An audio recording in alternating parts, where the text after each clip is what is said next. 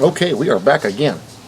So this is going to be the fourth, technically fifth video in the series, because I did a disclaimer video that's uploading. Actually, it's uploaded right now and will be this is Sunday at noon. It will be coming up for view here in about 2 minutes. But I wanted to finish this fifth video in the series. So you guys saw everything that we talked about in the disclaimer. I'm not picking on anyone who preps. I'm not picking on companies who sell this stuff. But however, these companies do take advantage of panic. And that's wrong. And they should not be doing that. And they certainly should not be posing themselves as Christian organizations, because that is not what we're called to do. In the next video, you saw the actual preparation. I open it in front of you, show you what's in there in the actual preparation. You see me eating it. You get 3 different people tasting it, and it's not that good. What they put in that bag is not good. It doesn't taste good. Kids aren't going to eat this. Now, if you're starving, it's food. But if you're in a true emergency situation where you can't cook, how are you going to prepare this stuff? You got to actually cook it to be able to have it ready. It's not just add water and go, like a lot of them are. So you get to see firsthand how this stuff comes out. Then I show you MREs, military MREs. You can buy them anywhere. We're going to look at that. In fact, I need to bring that tab up. No, I'll do it in a minute. Let me finish this first. We're going to look at the pricing for this stuff. We're going to look at a couple of websites for this stuff, including the one I showcase here, plus a few others. And we're going to look at the differences and the convenience and the preparation involved in all these things. And in this video series, we've looked at that. MRE, you open it and eat it. There's no preparation required. And the ones that I opened and ate sat in my yard for 5.5 years. Literally, I threw them under a tree, and that's where they sat for 5.5 years. And I open it and eat it in front of you, still alive. It didn't kill me. They don't go bad. Some stuff might get a little weird. The M&Ms might melt in the heat. The Skittles might bond together. It still tastes good. It didn't go bad. It's sealed. And in 25 years, MREs will still be there for you. This other food company, I'm not so sure, because the food already tastes old. So if it already tastes old, what do you think it's going to taste like in 25 years? Yeah, nasty. To me, this would be something you would put in a basement on a shelf where it stayed cool all the time to keep it from aging prematurely. Throwing it in your car? I don't think so. Again, throwing it in your car. How are you going to cook it? Because you have to actually cook it. It took us 45 minutes to prepare this, and we did all 3 of them at the same time. And it's only supposed to take 20 minutes. And the rice in the rice dish still wasn't soft. It still wasn't done. And I got a couple of peas that were rock hard. They didn't cook either. And they cooked all the water out of it, so I had to take it off the stove. The noodles and the macaroni and cheese were mushy. If you're going to make food for prepping and putting back, you've got to prepare something that is going to be worth eating. Now, in a survival situation, a true one, where there is nothing else to eat, no problem. Eat it. You're going to stay alive. But in something that just happens, why would you make yourself suffer when you don't have to? So we talk about all this in this video series. You guys have seen them. This is going to be the conclusion. We're going to look at scripture. We're going to look at some definitions. And I'm going to actually link you to a video. And I would love to show it, but I should have done this on OBS. But anyway, I'm going to link you to a video, several videos probably, to watch. And we're going to look at all this stuff, because I want you guys to be armed with knowledge. And I also want you to know what the Bible says about this, what we are to do as Christians. And I actually have a really good webpage that we're going to look at, A Minute to Midnight, and they have a great article here on this stuff. And it talks about it from both sides, but it gives scripture backing this stuff up, and we're going to talk about that. So what is the definition of prepping? Is it prepping or preparing? Now, you guys see the thumbnail. Are you prepared? Preppers, doomsday preppers, they prep. That's the term that they've coined for that. Christians prepare. Preparing isn't stuffing every available space in your house full of food and toothbrushes and toothpaste and toilet paper and all kinds of junk like that. Preparing is thinking ahead and looking down the road and go, you know what, I see this coming as a problem. I need to do something about that. Now, keep in mind, this is a great idea to its extent, but not everybody can prep. So in your mind, if you're able to do this, I'm sorry, not prep, prepare. If you're able to do this, are you thinking about your neighbors? Your neighbors may not be able to. They may not be able to financially pull this off. This is where you come in as the one who's able to do that. Are you, in your heart and mind, going to say, I'm going to share with my neighbors because I know they're struggling. I'm not going to be the only one who's going to sit here and eat. I'm going to help them out too. A lot of people don't think about that. They think about, I need a gun and ammo so I can kill everybody that comes up to my house. Why would you create a situation like that? It is what it is. Now, I'm not going to lie, I've got stuff put back. But the way I prepared is different than the way somebody preps. We're going to talk about this. So, what is the definition of prepping? It's considered a noun, the action or process of preparing something or preparing for something. The quote here is, after hours of prepping and cooking and stressing and a few near breakdowns, Thanksgiving was wonderful. Prepared dinner. North American definition of it is the practice of making active preparations for a possible catastrophic disaster or emergency, typically by stockpiling food, ammunition, and other supplies. Prepping is a way of life, and there is always something new to learn, tasks to do, and gear to purchase. Does prepping help us in the spiritual realm? No. What we do with it can help us. But Jesus said to lay treasure up in heaven. So my idea of prepping is making sure my neighbors have what they need. So let's look at an expanded definition here. Prep, verb, prepare something, make ready. Scores of volunteers help prep the food. Prepare oneself for an event. To prep for this role, he trimmed his unruly locks. So for the apocalypse, we're preparing for the apocalypse. Now, I've talked to a lot of different people that have made a lot of excuses. Holy Spirit drove me to do this. God put it on my heart to do this. Jesus told me to do this. I had dreams. I had visions. No. God did not tell you to do this. He did not give you a dream. He did not give you some special message saying, I want you to fill your house with stuff. What he did tell us to do was to sell all you have and give it to the poor. So instead of stockpiling all this stuff that's going to go bad anyway, if it's not used. Because if you store in a basement or underground, if you don't keep it dry, them cans rust. It's no good no more. Now all that got wasted because you didn't do a proper preparation instead of prepping.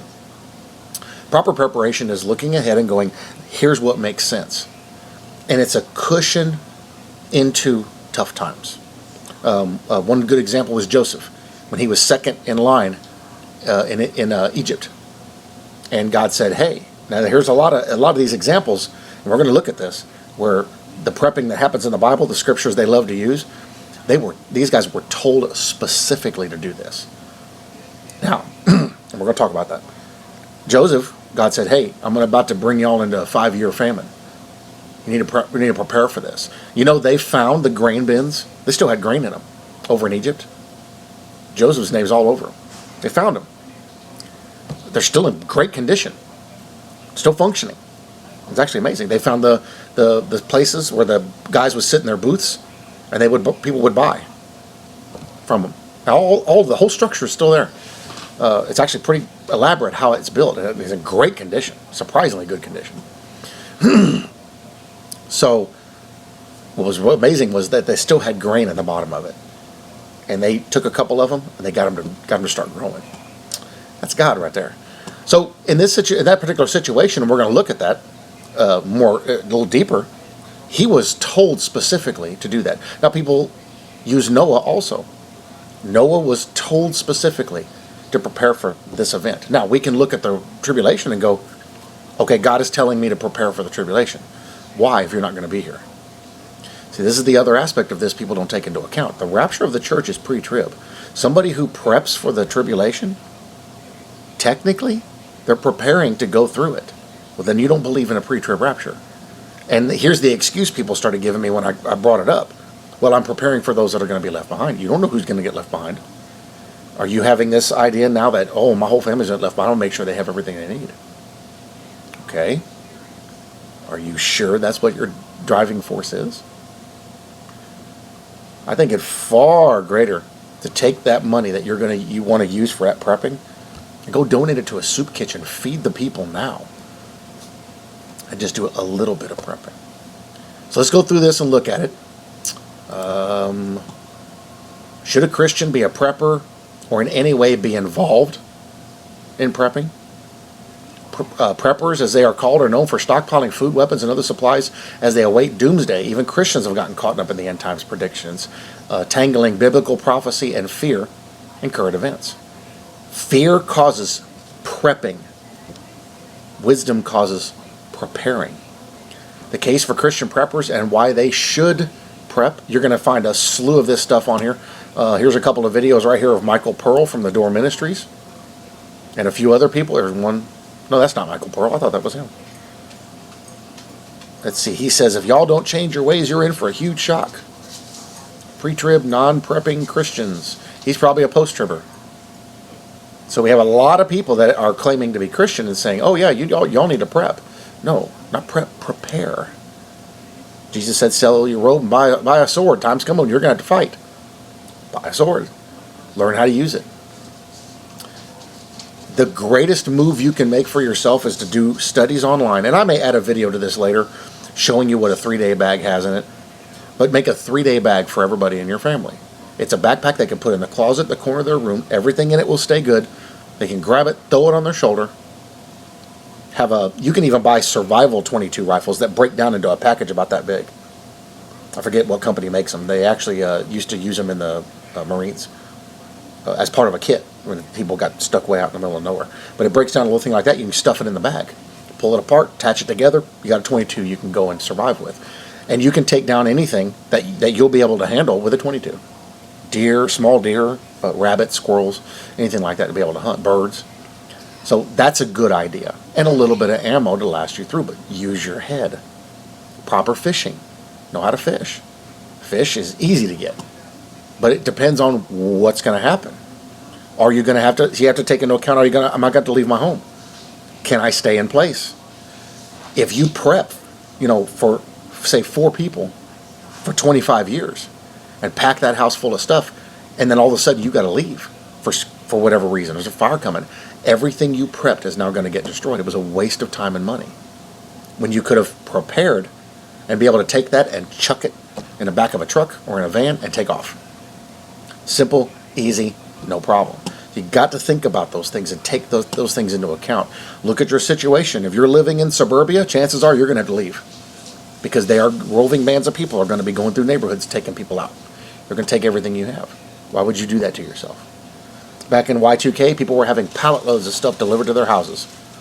Then, about 2 months later, all you saw was stuff on sale for pennies on the dollar. People trying to get rid of this pallet load of food sitting in their basement that turned out they didn't need. That's another thing to take into account. What am I prepping for? What am I preparing for?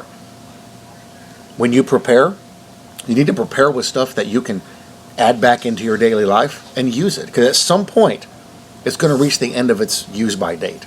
Canned goods, you can technically store canned goods indefinitely, but they used to say the max was 30 years, and now they say 5 years. Because there's certain acids in the food that are going to eat through the can, unless they're lined. But even if they're lined, you can still have a problem. So technically, you want to cycle those canned goods out within that 5-year time frame, 3 to 4 years. So you date the top of the can with a Sharpie the day you bought it, so you run your inventory through. If you're buying this crap, you can't run that through your daily life unless you like the taste of that mess. They don't taste that good. And most of these things are like that, and we're going to look at a few pages on that stuff. So you got to think about this stuff. Take into account your situation. Take into account your physical situation. Can you take off walking? Can you survive a situation where people may come to your house? Can you fight them off? A lot of people can't. You're not physically able, due to sickness, injury, or age. But people think, I got this under control. Well, you got 100 people come into your house, you're not going to be able to kill 100 people. I promise you that. You're talking to somebody who has experience in this. I've been in the military. I saw you can't fight off 100 people. One person, 2 people, 4 people. You may take a bunch of them out, but if they're running, unless you got full automatic weapons and lay down suppressive fire, you can't do it. See, I like this. Prepared Christians, ready in season and out of season. That's pretty good. So what should we prep if we're going to prep? If we're going to prepare, what should we prepare? Oral hygiene, personal hygiene, food, water. How can I get pure water? If the water shuts off, I'm on city water. Water shuts off because they'll come out here and they'll put guards on that water tower so nobody can get water. How do I get water? Got no well. All I got's a river down the road.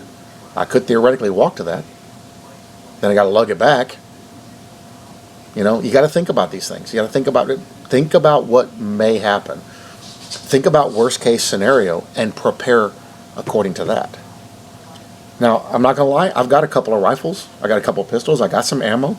I've got supplies. I've got stuff. I got water purification tablets. But I've got, I think, 5 3-day bags set up. And that's enough for one person to make it through 3 days with food to be able to go into a survival situation. You can throw it on your back and take off with it. The rest of the little bit of stuff that I have, it's in crates, milk crates or whatever I can get my hands on that's sturdy. You can buy plastic crates from Walmart. And I got it packed in crates so I can take it and slide it into the back of my truck and go on down the road. And it all rides and survives. It can survive in the sunlight. It can survive in freezing temperatures. It'll all last. I don't have to worry about it. There's people that are buying stuff that isn't going to be there in 2 years. And they're shoving it in the back of a closet or in their attic thinking, I'm good for 25 years. Turns out it's not. I'm going to show you that. So what should we prepare? We haven't even talked about Scripture. We haven't even talked about Bible tracts. We haven't talked about Bibles, left behind letters. None of that stuff. We haven't talked about being spiritually prepared for this. Are you prepared to take another human's life? Ask yourself this question and be honest with yourself. Anybody can say yes, but until you stare down the barrel of a gun or stare down the sights of a gun at another human with your finger on the trigger, you can't say you know.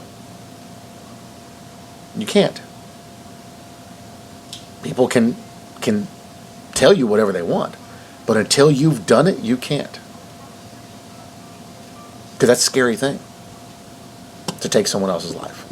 And are you willing to do it over food? Just saying. There's a lot to consider. There's a lot to think about. Now, some people move out in the desert. They move way out in the middle of nowhere. That's where they stay. Okay, if that's what you want to do, go for it. But see, there's things about that too that can be very major drawbacks. What if you suddenly need medical attention and you're 300 miles from a city, from the nearest doctor? What do you do? I mean, there's so many factors to take into this. That's why prepping isn't the answer. Let the preppers prep. As Christians, let's prepare. But let's not only prepare for the physical, let's prepare for the mental and the spiritual. You need to prepare mentally to go through this stuff. This is taxing. In our country, we've been very cushioned. We're not used to this stuff. We've never seen this before. Can you handle it if suddenly you wake up one morning and our world is completely changed? Will we, before the rapture, will we go through some rough times? Highly probable. But then again, we may not. So what's the right answer for this? Let's take a look at some information, and let's come up with an individual answer for each of us according to our situations. We did the definition of prepping. Okay, I'm going to pause the video because I'm going to dig up these other pages so we can continue on without having to stop. Give me 1 second. Okay, we're back. So I have one verse on here. We're going to start with this. Then we're going to move on from there. We're going to dig into this a little deeper. So we've talked about the different things that are going on. We've talked about what we're seeing down the road here. We've talked about prepping, preparing. What's the difference? We're going to look at a bunch more information. I'm going to show you some of the things that are going on out there. When you do simple Google searches, how you can find the information, and with reasoning and deduction, and using an adult frame of mind looking at these things, you can figure out that the Christian prepping is not a biblical term or understanding. Being prepared, however, is a completely different thing. Buying a pack of 10 toothbrushes and putting it in the back of a bathroom cabinet, that's preparing. I've always got toothbrushes if something happens. Getting a good nest egg of toilet paper, not like they did here just recently, but also, which requires less storage, buying, it's a little tablet called toilet tabs or wet tabs or whatever. It's a little rock hard tablet. And all you got to do is dip it in water and it unfolds into a towel. And it's made out of cellulose, plant material. Wash your hands with it, wipe your hands with it. You can wherever, you can rinse them out, reuse them a few times. And then you can open up the dirt, drop it in there, close in the dirt, and it completely breaks down. It's 100% biodegradable. And it's like the size of a stack of 5 quarters. And you can put those anywhere. And you always got that there. A couple tubes of toothpaste, a few extra things. You don't have to go overboard and stuff your cabinets with so much stuff. It's, unreasonable and unbelievable. Because again, are you going to be able to stay in place? In your situation, your personal situation. Now, here, I could probably stay in place for a while. I'm 14 miles from town. But if the situation changes, I'm going to have to go. Well, how am I going to haul a ton of stuff with me that I can't fit in the back of a truck or a van? Everything that I have, I can fit in the back of a van or a pickup truck. Not heaping either. And it's enough to last a while. I've got, I think, 3 months for 4 people worth of food. That's just MREs. Not a ton of canned food or nothing like that, just MREs. And we're going to look at MREs. I'm going to show you where to get them at.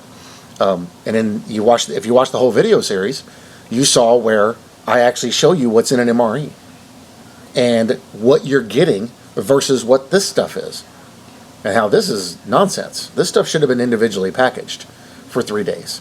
Yet they got it so you got to do it in bulk. It doesn't make any sense. And the taste is horrendous. I had an omelet this morning with buffalo chicken. Not the military omelet. I made my own with a couple of eggs. But I put the buffalo chicken inside of it and put some mozzarella cheese on it. It was amazing. That's out of an MRE. Yes, in one of the videos I show you the one, it was a tuna one. And it's Starkist tuna. The same package you buy from Walmart. It's real food. And it tastes good. We had Tootsie Rolls, had Skittles, had all kinds of stuff in them.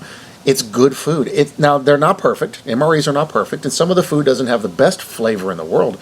But it has flavor. And you can live on 1 MRE a day. The least calorie content on MREs is 780. The highest one, I think, is around 1,600 calories. If you're not doing some serious exertion, 1 MRE will fully sustain you for the whole day. And it's packaged and designed to be eaten as a meal together, whether it's all day or all at once. And you can live on it. And it will sustain you very well. It's good nutrition. It may not be perfect, but it's good nutrition. And it's better than that.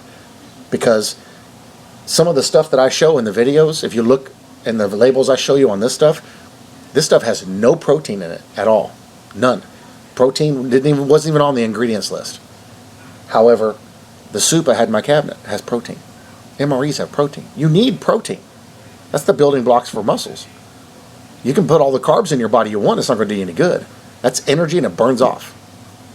So, that's like dumping gas in a barrel full of charcoal that's already burning. It just burns it up. It does nothing for you. So let's look at what the Bible says about this. Let's dig some more into this information. Because what's the greatest thing we can prep or prepare? Knowledge. When you know what the right thing is to do. I learned how to do basic blacksmithing just for the fun of it. Well, if I ever need an axe, because I don't have one for some reason, I know how to make one. I know how to make a tomahawk and how to chip stone. I know how to fish with fish traps. All kinds of stuff like that, all kinds of weird stuff like that. And most people couldn't do that. Most people, you can't take them with the clothes on their back and a knife, or even without a knife, and drop them in the woods and expect them to survive. I know certain things that can be eaten. I'm not perfect at it. I don't have extensive knowledge, but I have enough to survive. I have enough that I can build a shelter, be warm and dry, and have a fire, with the different fire starting methods, be able to survive. Most people don't. It's actually pretty scary how bad off people are going to be. You know, all the preppers that go out there and do all this prepping, they never get fuel sources, fire sources. They never go learn how to make fat wood. Some of you guys know what fat wood is. Most people don't even know what fat wood is. It occurs naturally in the environment. You got to know what to look for. When you find that, you just touch a match to it, and poof, lights right up. Lights your fire right up. No problem. Anyway, in Philippians 1:22 it says, "But if I live on in the flesh, this will mean fruit from my labor. Yet what shall I choose? What I shall choose I cannot tell." So we live on in the flesh. We have to provide for the flesh. That includes us. That includes our family. This will mean fruit from my labor, which he's going to develop fruit that's going to work here. Yet what I shall choose I cannot tell. So he didn't know where he was going to go. He didn't know what he was going to do. We don't know that either. We don't know when the rapture is going to happen. We don't know if it's going to happen before or if it's going to happen after. Now here's one of the things that's interesting about Paul is in verse 23 he says, "For I am hard pressed between the two, having a desire to depart and be with Christ, which is far better. Nevertheless, being in the flesh is more needful to you."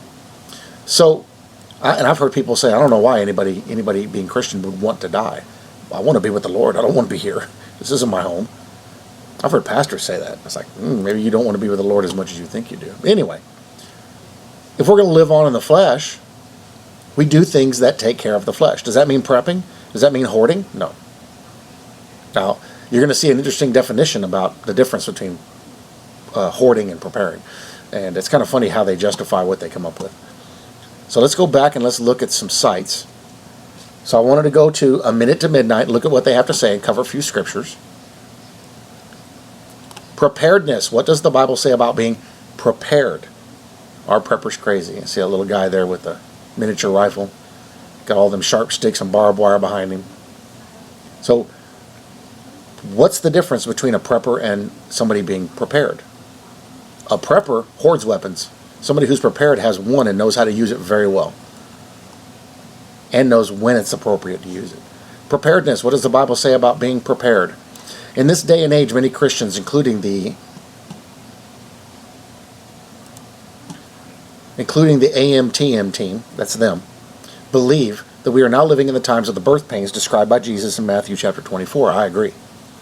When we hear the word preparedness or prepper, what image do these words invoke? Do you imagine an armed-to-the-teeth, gun-toting, camo-clad, wild-looking individual who is living in the middle of nowhere, ready to defend family and fort from the onslaught of the New World Order toadies? Or do you see men and women spending every spare cent on making canned goods and storing them behind false walls, getting survival food, buying supplies of antibiotics, which have a very short shelf life, and then going on the National Geographic Doomsday Preppers program, revealing their preps and locations for all the world to see? We've got one right outside of town here. Right outside of Helotes. And it's a giant Connex fort. It's a fortress on 10 acres with no trees. Everybody knows what's there. And they were on that TV show. It's like, really? Why would you tell people what you have? I've mentioned a few things that I have, but nobody knows what I have or where it is. They have no extensive ideas of what I've got. Good luck coming here and finding it, because it's buried under a bunch of stuff. I know what I'm doing, and for me to tell people what it is, it's not going to do anybody any good anyway.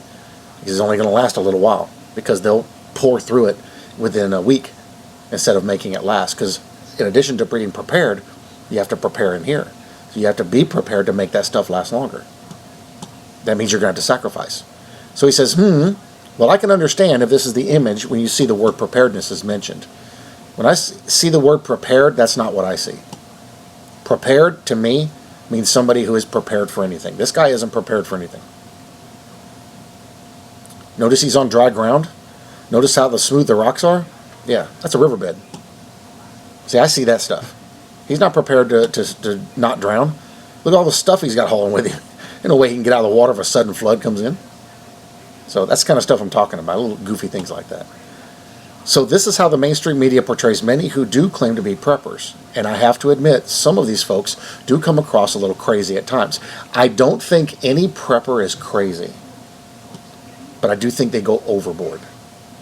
So what if I told you the Bible talks quite a bit about preparedness and has examples of where God has asked people to prepare? Yep, really.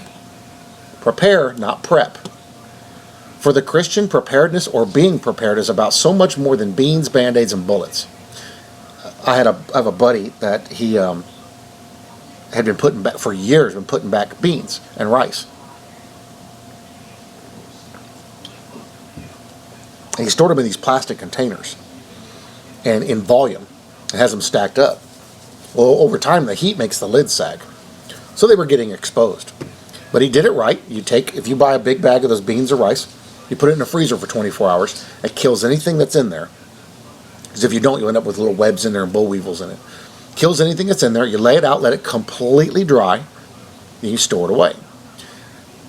The problem is, if you don't vacuum seal pinto beans or any bean after you've done that, to keep the air out, they get rock hard because all the moisture gets sucked out of them. They're not meant to store that long. Or even can them. You can heat it up and you can can them called dry canning. Works really good for rice.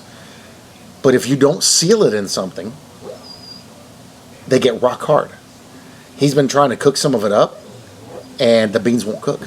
They won't get soft. They stay rock hard. I told myself, well, you're going to do the 10-pass soak method, and then boil them probably for about 3 or 4 hours. You might get them soft then. All that food wasted because he didn't do enough research. And instead of prepping, he should have prepared. Go buy a $150 food saver and vacuum seal that stuff. And if it's an item that tends to cut through the bag, like if you seal it and then it cuts through, take your little cardboard boxes, the little wings on your cardboard box, cut them off and wrap them around it, vacuum seal it. Won't tear through the bag. Simple. See, that's prepared. In fact, I am not sure we'd be able to cover all the aspects of what the Bible says about preparedness. There is so much of it. However, much of what I see as God's preparedness for us would fall into what we would call spiritual preparedness. So the Bible talks about it, but it talks about different aspects of it. Excuse me. There are other areas such as mental preparedness, physical preparedness, the body. Are you physically able to do this? If you're not, you have to make changes for that. And resource preparedness, food and etc. There are probably some other areas that I've missed, but these would be the broad categories raised in the Bible. So where does the Bible talk about God asking people to prepare? Notice what he said. See, nobody ever told us to prepare for the tribulation. Nowhere does it say, prep for the tribulation, prepare for the tribulation. He says, guard your hearts and minds. Know your scriptures. Be ready in season and out of season to answer questions. And spread the gospel. Never said prepare for the tribulation. I venture a guess to say that anybody who has prepared for the tribulation and is here for it will see all of it dissolve before their very eyes. Because that's not what we were called to do. Because all the effort and money and time you dedicate to that, you could have dedicated to the Lord or to your fellow man. Noah was a prepper. No, he was not. He was a preparer. This is an account in Genesis from chapter 5:32 to chapter 10:1.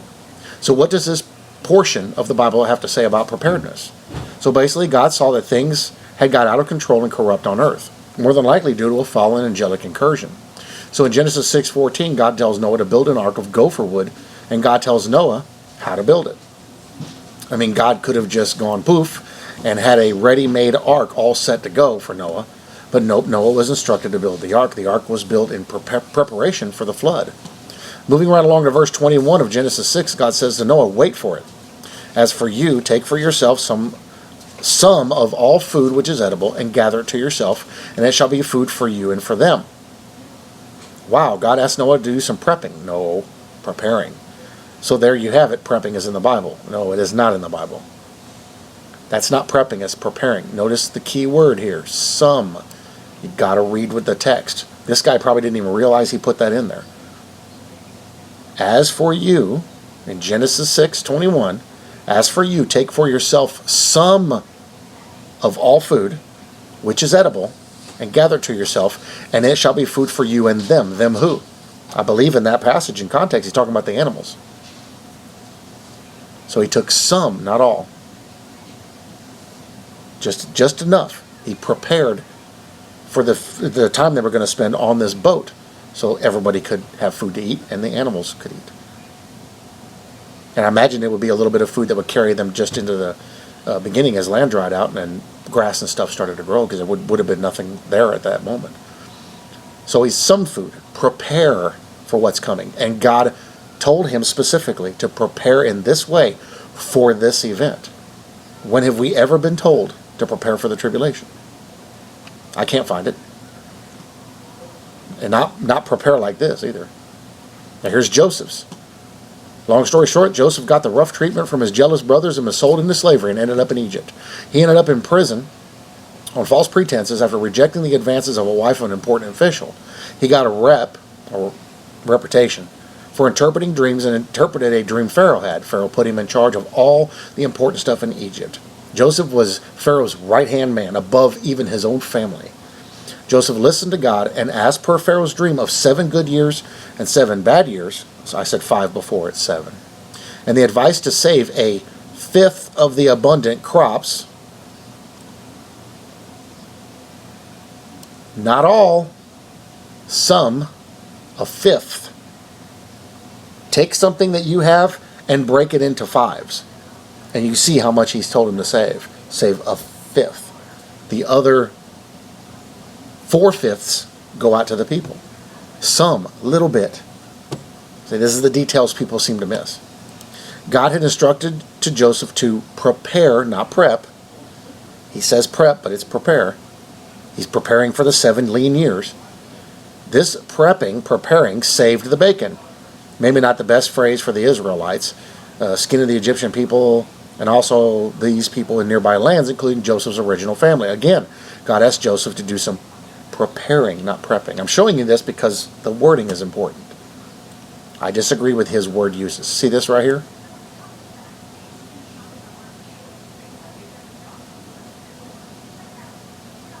See, I wouldn't lay that out like that. That's just me. If you are a resource prepper or not, it may be good to ask God if he wants you to do this. Very key statement.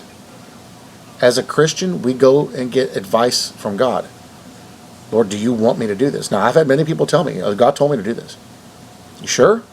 Pretty sure he didn't. Nowhere in the Bible does it say, prepare for the tribulation. Be ready for the tribulation. Because when you read the seals, no one is ready. And it's not till the 6th seal that they realize it's the return of Jesus Christ. No one is ready. No one is prepared. No one is prepped. You read it in the Bible, it tells you nobody was ready. Everybody was shocked and caught off guard. I've had many discussions with Christians who think it is weird to prep because only weird people prep, or because God will provide all their needs supernaturally if required, and so on. I think that it is worth remembering that it was only a short time ago that many people prepped because you did not have fridges and McDonald's and supermarkets, and it is just what people did to survive. However, when I ask Christians who don't prep if they have insurance or lock their car or house doors, they look at me like I'm crazy. I then say, well, why bother? Won't God provide for you if someone steals your stuff and there's a big disaster and you lose it all? I am then told, now that's just silly. And that's actually kind of funny because I don't lock my doors on my vehicles or my house. I took off for 2 weeks one time. Doors stand totally unlocked. I trust the Lord. Because if I lock that door, there's just more damage they're going to cause getting in. It makes no sense. They will get in the house. They're just going to do more damage doing it. I'd rather them come in and take the stuff and leave and not tear the house up.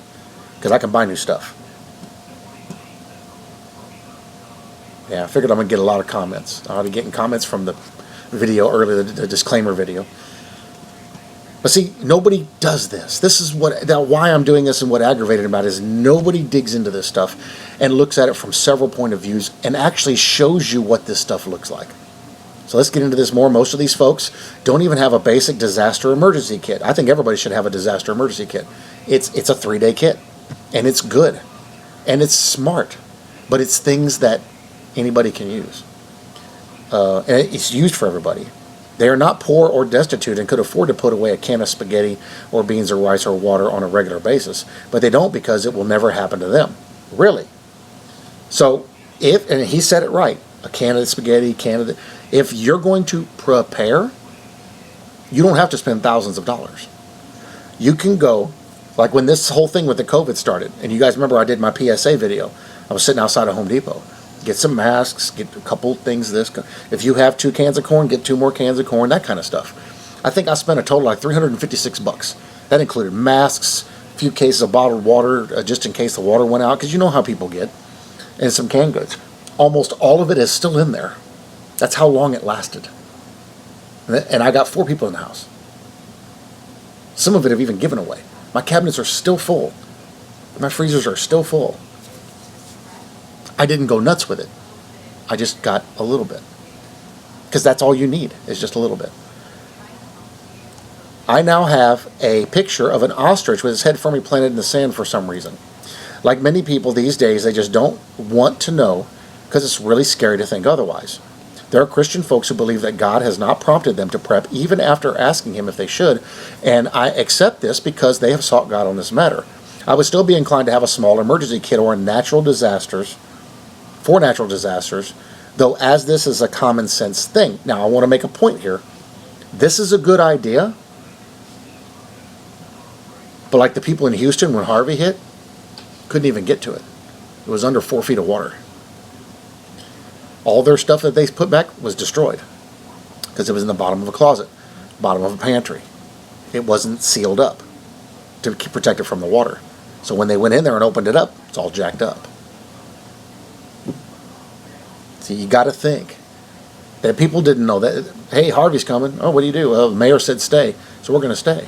If they would have left, they'd have had their kits with them. But the people that had, they lost a lot of stuff. Got destroyed by flood. Sometimes house catches on fire. Everything burns up. Where's your kit? Got to think. There's people that bury it in their yard. Okay. Which actually you can do. So we have had a picture of 2 biblical instances of God asking people to prep. No, He told them, didn't ask them, He told them to prepare. But there are more scriptures on this matter. Proverbs 6:8 talks of the ant and how they prepare for the leaner months of winter. Yet they're not preparing for a disaster. Because when a disaster comes, all the ants die. They're just preparing. See, he's using words here. I don't think he realizes what he's doing. They prepare for the winter. Don't we do that too? Don't you get your stack of firewood and stuff up if you use wood? Go in and have your vehicle serviced for the winter? Some people in the colder climates change their tires. You prepare. Proverbs 28:19-20 says that if you work that land, then you will reap the benefits. But if you don't, you will have nothing. Yep, I get that. And trying to make a fast buck may have some drawbacks. So what the analogy here contained within this is, in Proverbs 28, is prepare accordingly for your situation. Proverbs 22:3 says that a person can be prepared by watching for the trouble and avoiding it. But those in La La Land, it will never happen to me, mindset are in trouble. Yeah, he's talking about avoiding trouble, not prepping for it. You prepare and you move, and you get out of the way. And here are a few more scriptures just for good measure. Proverbs 20:13, Proverbs 24, and Proverbs 26:16. So what else does the Bible say to say about prepping? Let's go look at Proverbs 20:13.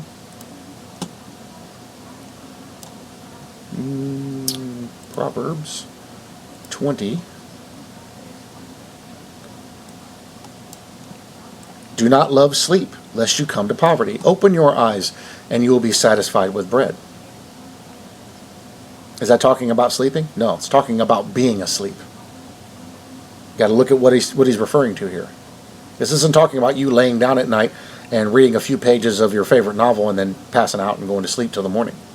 This is talking about don't be slothful, don't be slow. Don't sit around and do nothing all the time. We're all guilty of it. Open your eyes, and you will be satisfied with bread. Now let's go look at Proverbs 20, verse 4. The lazy man will not plow because of winter. He will beg during harvest and have nothing. Why do we plow during winter? Ask a farmer. Prep the ground. Get it ready. That way when the time comes, all you got to do is plant. You don't have to plow and then plant. And it makes it easier on you. But look at the analogy here. The lazy man will not work. The lazy man will not prepare. He'll be out there begging. He'll have nothing when things get rough. Not prep, prepare. Two very different words. In Proverbs 26:16,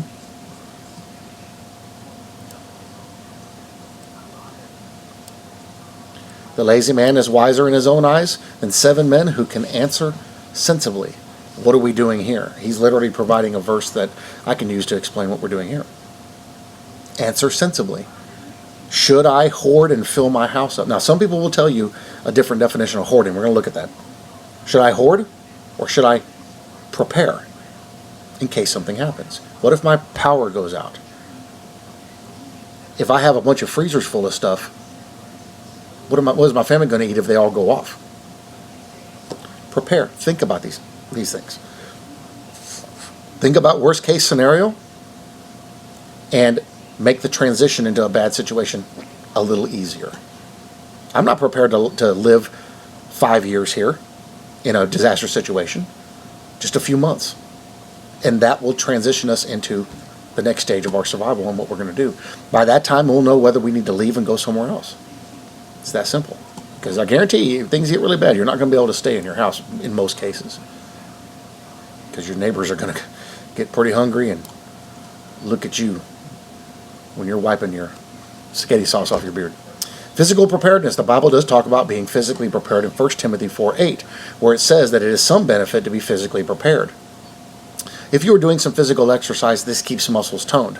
Sleep can be a little better, etc. Physical exercise keeps the body in a more healthy state than if you do no exercise at all. Now, if you have health issues, like I have health issues, I can stay somewhat fit, but I can't do the exercises I used to do, staying in perfect shape. Can't do it. Can't run. Ankles all jacked up. Get out of breath way too easy. I get out of breath wearing a mask in Walmart. So, what about those people? Got to take that stuff into account. You have family members that can't do it. However, there is another reason to keep your body healthy, as discussed in 1 Corinthians 6, 19 through 20. As a Christian, your body does not belong to you. It is God's body, and that is the best reason to look after it. It is the temple of the Holy Spirit, so that's a good enough reason also. Now, this is actually a good idea, but not everybody can do this. Again, you got to think about these things. Not everybody can be in good physical condition. Their health dictates that. Their problems dictate that. Drinking junk like this dictates that. It's different for all of us. What if your father is in perfect health, but he's 97 years old?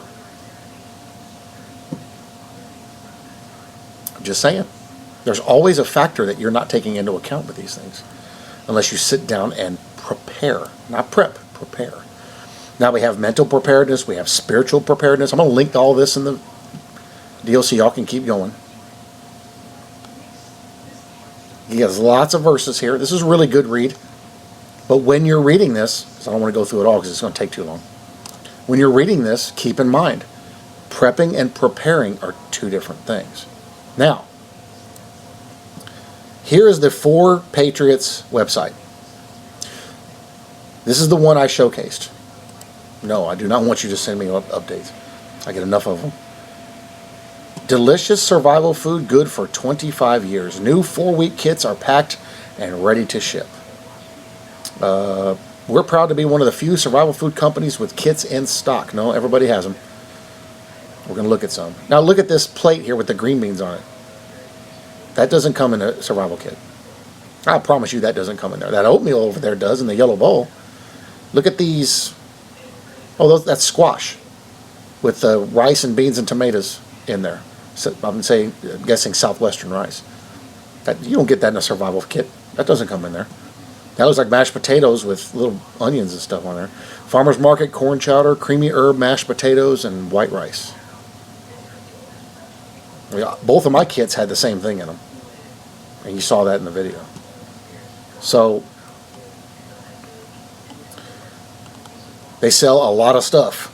Let me tell you. A lot of stuff. America's favorite food kit. Nah, that's not my favorite. Wasn't that good. Oh, hey, that's actually the stuff right there that comes in the kit. See, I'm thinking almost everybody gets that same 3 foods. But they got these solar generators to run your fridge, supposedly. Take amperage into account. Everybody looks at the watts, forgets to look at the amps. You know, when you have a 110 service, how many amps are going into that to run all the appliances? Because different appliances pull different amperages. I have 2 generators. I have a little one, it's 13 amps. I can run a pole saw, electric drills, stuff like that. My electric welder, my small electric welder, I'm supposed to be able to plug into 110, yet that little generator can't run it. It kills it. I have another generator that's 45 amps, and it's able to run it because I need a 30 amp service. All your appliances run off a 30 amp service. Got to take that into account. RVs, if you own an RV, you know what I'm talking about. Some are 30 amp, some are 50 amp, depending on what's in them. Like if you got the big tip outs on your RV, you need a 50 amp service. Otherwise it won't work. So you got to take this kind of stuff into account. Don't just buy this stuff and say, oh, I'm good. Mini solar power plant fits in your pocket. Yeah, I had one of these. Not this particular one. And I left it on my dashboard to charge. Came back out and it was blowed open. Split and separated. So you can see what these guys are doing here. This is just a website to sell a bunch of junk that they have set up. Somebody's just trying to make a bunch of money. Emergency food bars, 4-pack. Yeah, I saw these. They're not very tasty.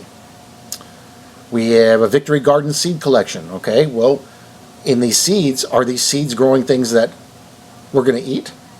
Are these heirloom seeds or are these perennial? Got to look at that. Some of them are, what's the word for it? Hybrid. If they're hybrid, they're not going to do you any good because you're only going to get one crop in 1 year out of it, and that's it. Here's a solar-powered flashlight. Well, you can't recharge it at night if it runs down. Canned water. Canned water is actually a good idea because the aluminum is renewable and reusable in a survival situation. So they got all kinds of junk in here, it looks like they sell. Little tool kits that don't really do you much good. Fire starter, that can help. Single stamped out knives. Yeah, knives come in handy. So we have people here giving their 5-star reviews. Nah. They only show you the good reviews. Okay, so let's look at this particular food kit here. Y'all, I'll link this in the description. You can go look for yourselves, and if you want to buy it, please. I'm not telling you not to buy it. I'm telling you use your head and think. So here's the starter food kit. Perfect for both FEMA and Red Cross. Both FEMA and Red Cross say that you need a supply of non-perishable food on hand. Well, after you cook that, that's perishable. That's exactly what you get with 4 Patriots 72-hour food kit today. This kit is great for staying home, bugging out in a hurry. Well, no, you can't bug out in a hurry. How are you going to cook it? You got to cook this. This is my problem with these food buckets, these kits. This has to be cooked. Not just dump hot water in it. You've got to actually cook this down. Bugging out in a hurry. You get 16 servings of delicious survival food designed to last for 25 years of storage. Tasty meals like creamy rice and vegetable dinner, which were still hard after cooking for 30 minutes. America's finest mac and cheese, which didn't even taste like mac and cheese. And Grammy sweet oatmeal, which tastes like false or aspartame, which is the fake sweetener, and nothing else.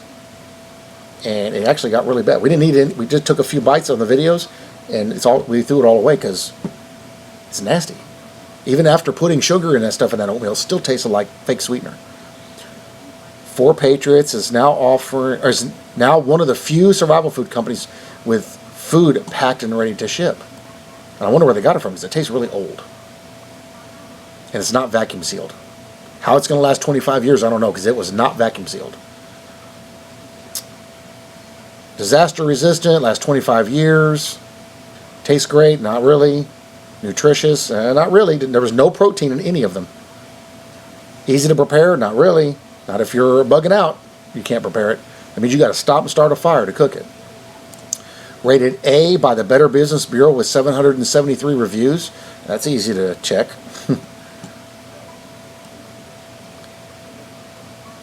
Designed to last 25 years.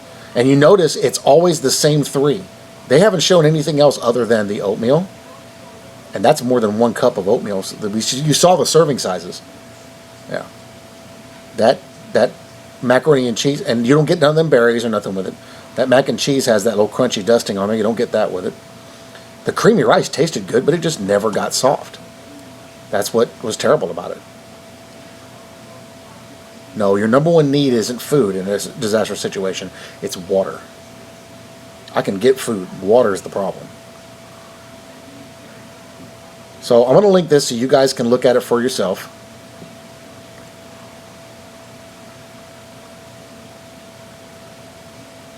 Guarantee a 25-year shelf life.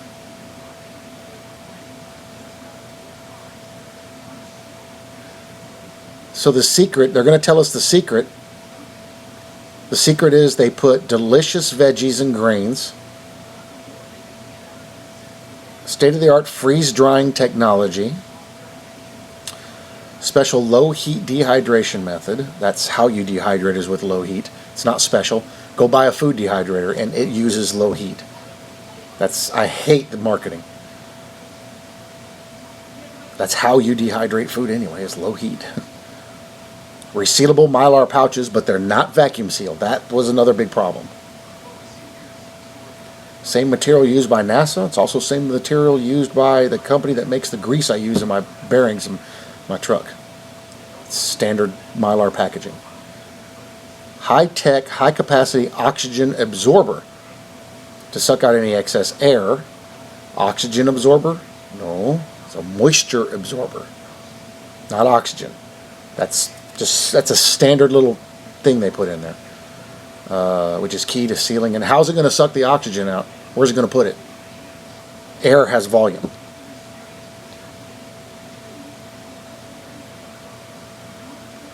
No, that's not the secret. Okay.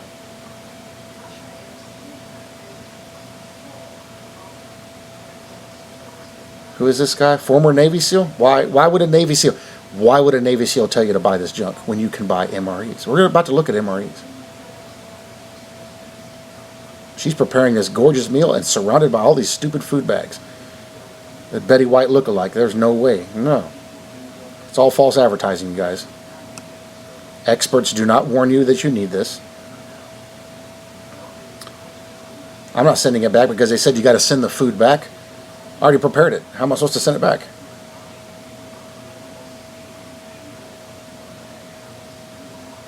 Look at this guy here. Come what may, I'm ready. He's got totes and totes and totes of that stuff.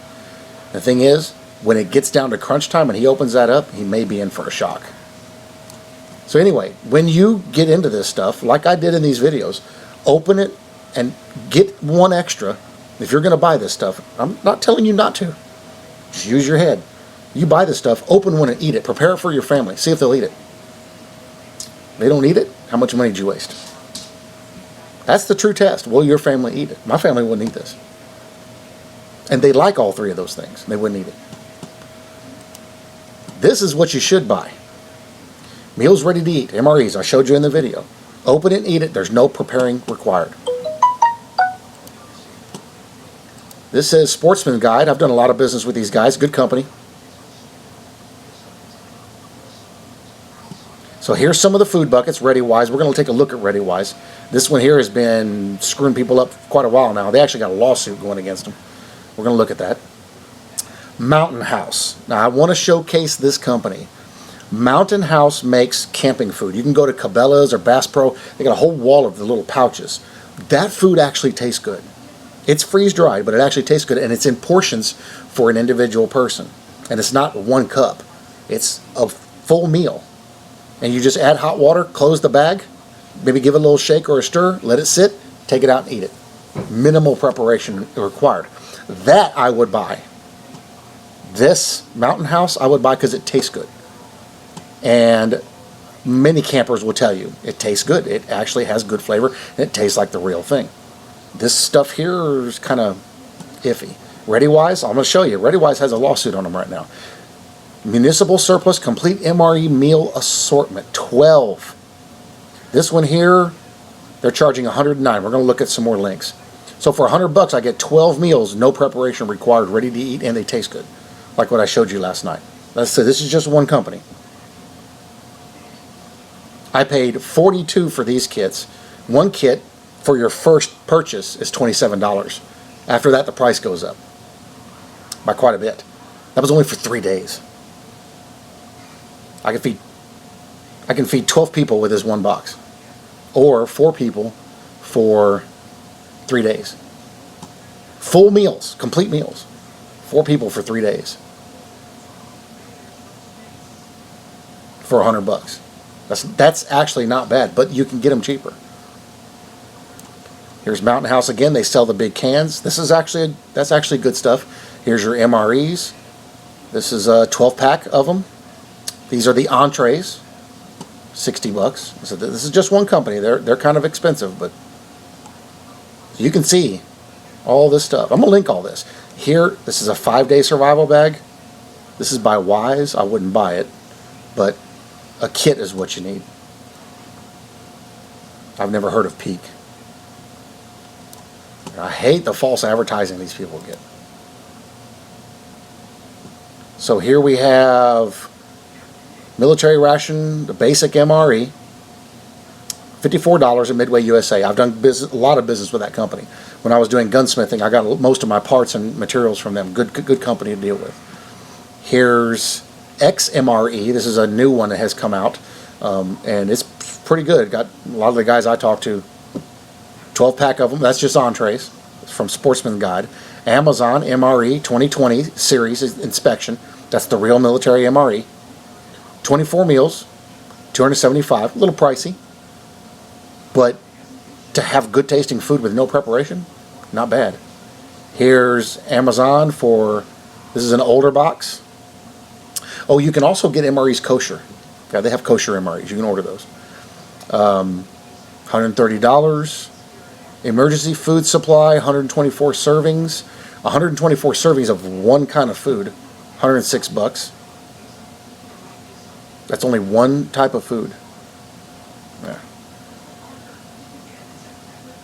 So you can see it's super easy. 5-star gear meals, 12-pack, $76. MREs. So for $100, if there's 4 of you, for $100, you got 3 days worth of food. I spent $42 on that. I don't know how I'm supposed to survive on that. It won't last 3 days.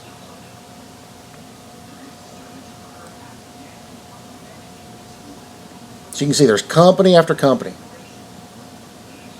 that makes these things. Let's see here. We'll go through and look at a few links. ReadyWise. Oh no, we don't want that. That is not MRE. I'm talking about the actual MREs. Army Surplus Camping MRE. Here's eBay. eBay is a good place to get these. Usually get a better deal too. They're a little pricey because of what you get, but it's worth it because this one meal will last you all day. I showed you in the videos, and they taste good. My wife was literally eating one behind me. There's pot roasted vegetables with steak sauce. It's good. So you can see the pricing on these. You can see what you get. There's a box still sealed. That white strapping, it's never been opened. $80 for 12 meals, 12 complete meals.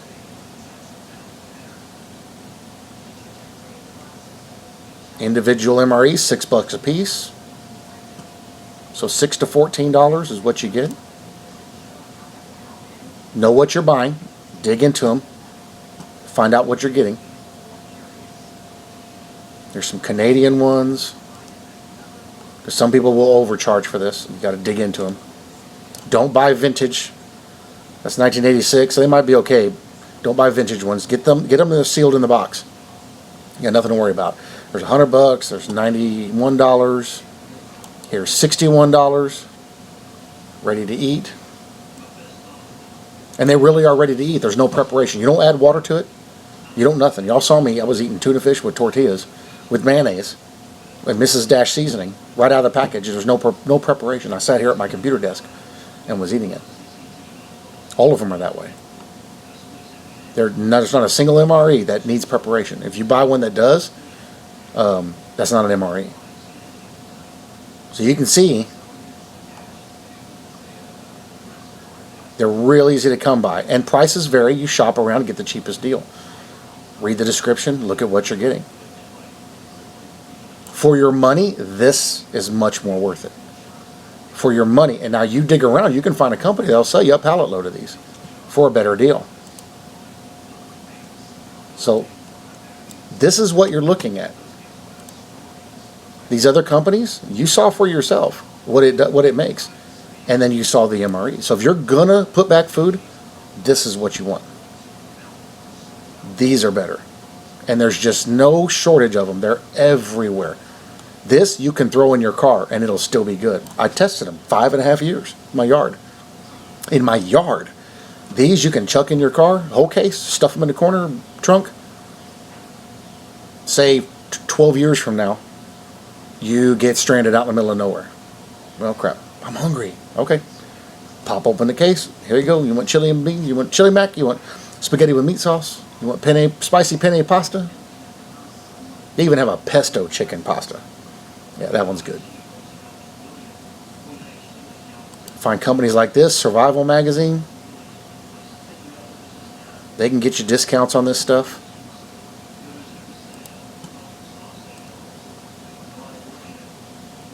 This is 2020 pricing.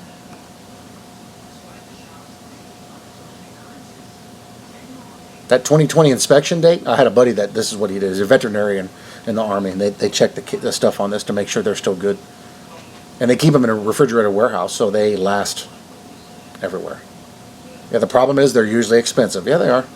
$6 to $12 to $14 for a meal. But you don't have to do anything with these. No cooking, no nothing. You're paying for a very, very good convenience. Amazon versus eBay. There are civilian manufacturers for MREs. Cheap MREs for sale at gun shows. Do you have a local gun show? We have one right on the other side of San Antonio. You can get all kinds of good deals on that stuff. This search criteria on this thing, I'll link in the description so you can click on it, go right to this list, and look for yourself. But if you want to buy these, you can get these. You can get them anywhere. And only spend a little bit of money. That soup that I showed you, that bag of soup, that'll last 25 years. I technically don't have to cook that, although it tells you to cook it. I could pour, it makes a half gallon of soup for that little package. $3. I could pour half a gallon bowl of water in there, put a lid on it, let it sit, give it about 20, 30 minutes, and it's ready. And you can eat it like that. Emergency food bars by the Coast Guard. So, everywhere. You can get this stuff all over the place. Like I said, I'll put this in the search criteria as a link. And that way all you guys got to do is click on it. And you can go right to this and you can look for yourself. And see what this stuff is for yourself. And if you want to buy these, buy these. Don't buy these food buckets. I'm going to show you why here in a minute. These food buckets are junk. Sure, there's food in them and you can eat it. But it's going to be like this mess over here. Now, like I said, you can live on this. But why would you buy something that tastes nasty or that your kids probably won't eat when my kids tore through MREs? And they didn't like everything in it. But you know what? You balance it out by divvying it up. Well, okay, well, you don't want that, I'll trade you for this. And then you eat it and you're good to go. Okay, so 25-year food buckets. This is ReadyWise. It's just one company. Don't buy these. Don't waste your money on this mess. Because I'm looking at the pricing right here. No, I don't want 25% off. I'm not buying your product. I'm looking at the pricing here. And for the money, MREs are cheaper because this I have to prepare. This I have to cook. But there are people that are lining their garages with this stuff. Don't waste your money. Let's see. It's all pretty much ReadyWise now. Well, Jim Baker, he's got his little ministry going. He's doing the same thing. Here's another company down here. Different company. That's just Wise, not ReadyWise. The only one I would buy would be Mountain House, because that actually tastes pretty good. And you just add water. That's it. Make hot water and dump it in. Why did that search criteria do that? Okay, that's what I wanted. Compare, this is a buyersguide.org. Compare the 10 best emergency foods, and Marie's will come out on top every time. My Patriot Supply, I've heard about them. I never tried their stuff. Got a 9.9, says best overall. Hey, buy a couple of their entrees and try them out and see what you think. But you can see, there's ReadyWise. A little ways down the list there. Keep in mind too, a lot of what you're buying is packaging. A lot of what you're paying for is the grand container. So My Patriot Supply might be good. I haven't tried it though, so I don't know. I just showed you one because nobody ever opens them up and shows you. Well, you're going to see something here in a minute. So anyway, you can go and you can look at that and see what you think about that. Maybe later. Get out of here. Okay, so which one is this? Okay. Oh, that was the one we were just on. Oh, prepping versus preparing. Okay, we'll go back into that one. So here's some videos on YouTube you can look up. I put down 25-year food buckets are a scam. This video right here, The Truth About Food Storage Buckets, this is a very good video. It's well worth your 5.5 minutes of time to watch. She opens them and shows you what many of this stuff looks like. You have to be careful what you're buying because some of these are absolutely worthless. She gives you a lot of good information, and then she shows you other things that you can store that will actually last 25 years and require less preparation than what these do and taste good, and you know that they taste good. Now you scroll down here, here's somebody that bought the Jim Baker bucket, food bucket, and they do a taste test. Watch that video. I'll put this in the description, the search criteria in the description. Wise Prepper Food Lawsuit. He was showing Mountain House on there.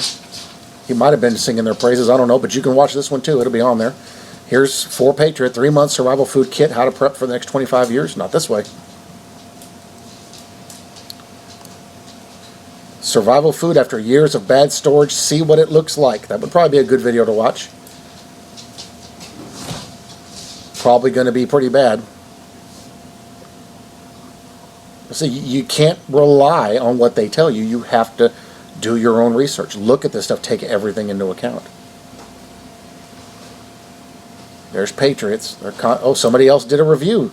Southern Ohio Prepping. Somebody else did a review. That'd be worth watching. 4 Patriots 72-hour food kit product review.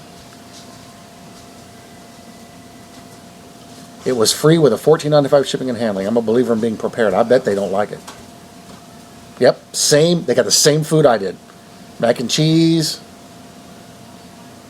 Walmart has emergency foods. See, when you freeze dry food, you should only have to add hot water to it to reconstitute it.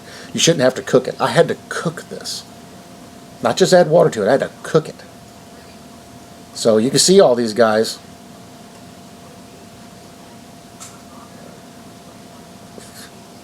A lot of people doing videos on taste testing. Whoops. Come on, you guys.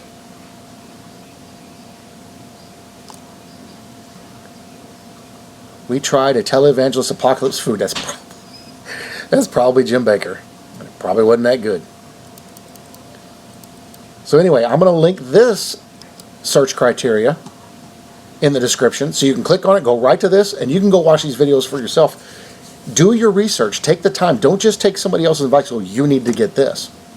Ask them, did you open one and eat it? Did you serve it to your family for dinner? I served mine to my family. My son didn't even touch it. He likes mac and cheese. Didn't even touch it. Like, nope. He said, Dad, don't even look appetizing. It smelled good. The oatmeal it smells like maple in here. You taste that oatmeal? It tastes like you're eating a packet of Sweet and Low. And it's not sweet. It's just a tiny hint. But it's that aspartame, which is ant poison, in the background. That's all it tastes like. And everybody had gas last night after eating that stuff. You gotta be careful. And if you watch that video where I show you the labels, in each one of those meals, there's no protein in any of those. And you need the protein. Carbs are just gonna burn off. You need protein to stay with you. None of them had protein. Yet the stuff, these MREs, packed with protein. That soup I showed you up there, packed with protein. You need that. That's what stays with you. That's what keeps you going. Carbs are great fuel for energy, but carbs don't stay with you. Unless they're slow carbs. Well, these don't have slow carbs in them. That's green leafy vegetables. So watch this stuff and look at it for yourself and see what you think. And I said all this will be in the description for you to check out. I meant this whole video series to give you a very clear description of what you're getting and what you're having to deal with. For me, if I dropped $50 on 6 days worth of food, buying it and shipping and handling, and I drop $100 on 12 days worth of food, and the 6 days worth of food, I've got to cook it, not pour hot water on it, cook it, and it's little tiny portions, versus that 12 days worth of food is a complete meal. There was more food in one MRE than there was in 3 servings, breakfast, lunch, and dinner, and that all together. That 3 servings that I showed you in that video, that makes the entree of the MRE. Well, the MRE has all the other stuff in there with it too. You get real coffee in there, real shakes, real food. It's real, and it has flavor. You may not particularly like the particular taste of a particular item. Like most people don't like the wheat bread. I like it. It's very dense, but I like it because I like to mix it with the entree. You cook the entree up, add a little bit of extra water to it. If you're able to warm stuff up and warm it up, and then break that bread up in there, and it thickens it up and makes a more hearty meal out of it, and eat it like that. It's great.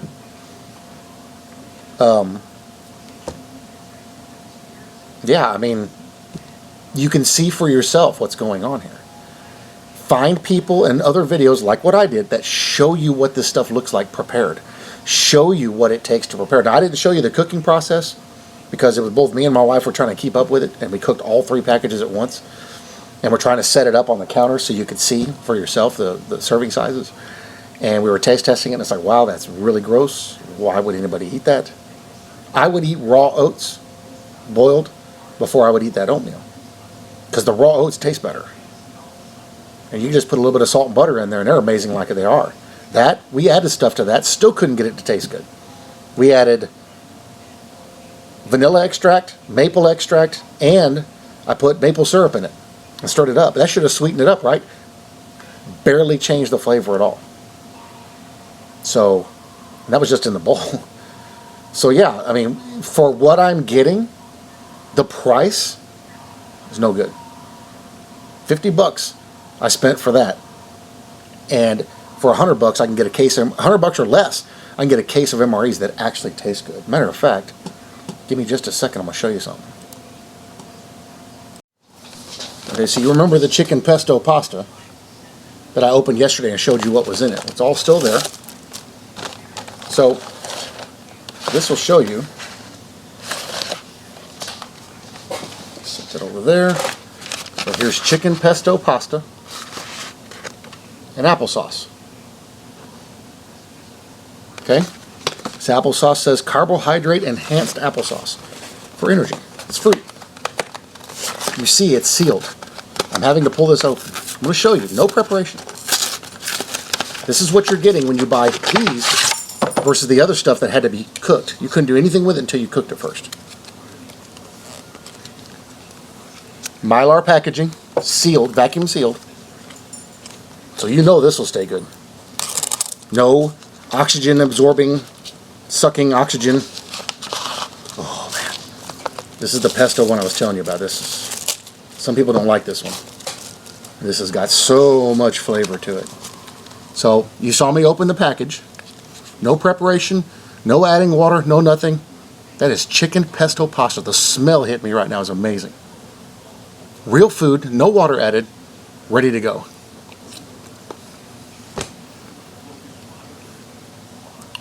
It has 10 times the flavor that other stuff had. That had no flavor. The macaroni and cheese didn't even taste like macaroni and cheese.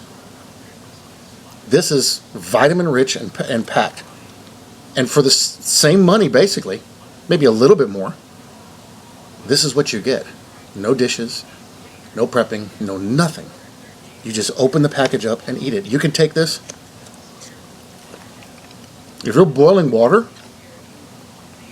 or something else, take these and drop them in the water.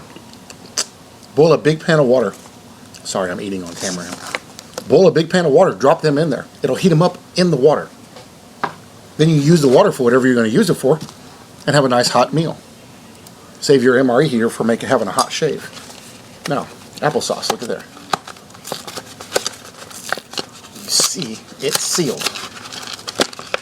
It gives you all the nutritional information on there. What's also awesome is that you got little postcards on the back you can send to your family. So here's the package. It's applesauce.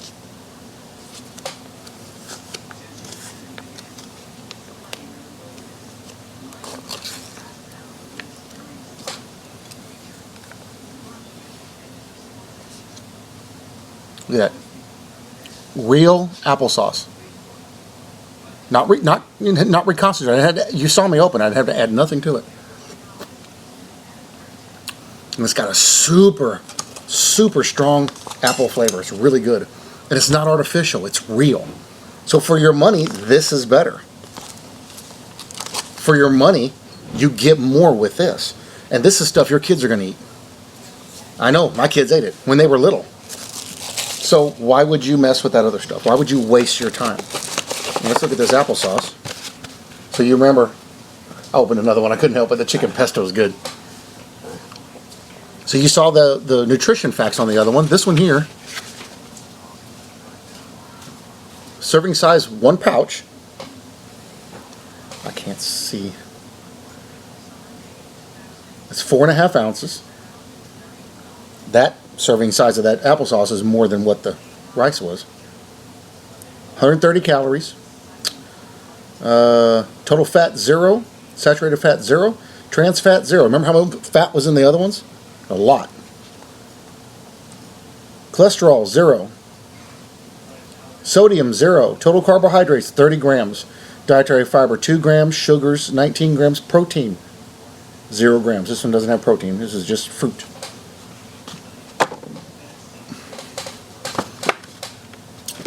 Chicken pesto. 1 serving, 1 container. It's 227 grams, 370 calories, 18 grams of total fat, 4 saturated, 0 trans fats, 65 milligrams of cholesterol, and that's to be expected with a pasta dish. Sodium, 720 milligrams, like the 1 cup of that one over there. Total carbohydrates, 20 grams, dietary fiber, 2 grams, sugar, 1 gram, protein, 29 grams. None of those 3 had protein in them. This has protein in it. Tons of vitamins. Vitamin A, 6%, calcium, 15%, iron, 15%. These meals are designed to give you a full day's allowances of your vitamins and minerals and nutrition that you need. And the flavor is awesome. They taste good. They genuinely taste good. You don't have to mix water. You don't have to heat. You can eat them. I'm eating them cold. They're not even hot. They're sitting in my freezing cold air-conditioned house. Applesauce is good. You can mix and match. You can mix them up. You can do all kinds of stuff with them. So I wanted to open another one to show you guys. Eating it right out of the package. That took forever to cook. So there's your comparison.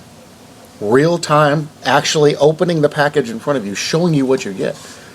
I can't show you how it tastes, but you can order one and open it and try it for yourself.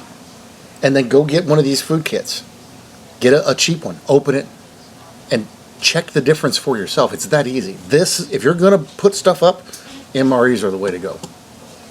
So they're comparing stuff here. So top 10 survival food supply, emergency food kit reviews. This is on WikiDiff. As verbs, the difference between prepping and preparing is that prepping is while preparing is. I'm not exactly sure what they're talking about there, but okay. So we go down here. What is the difference between prepping and hoarding? A prepper, on the other hand, is someone who buys and acquires those supplies when there is no shortage. Now look at the justification they make here for prepping. They do it when there's no shortage. Big difference. The prepper is not taking a limited supply item out on a circulation at a time of others' needs, whereas the hoarder is doing just that. A hoarder, the definition of hoarding,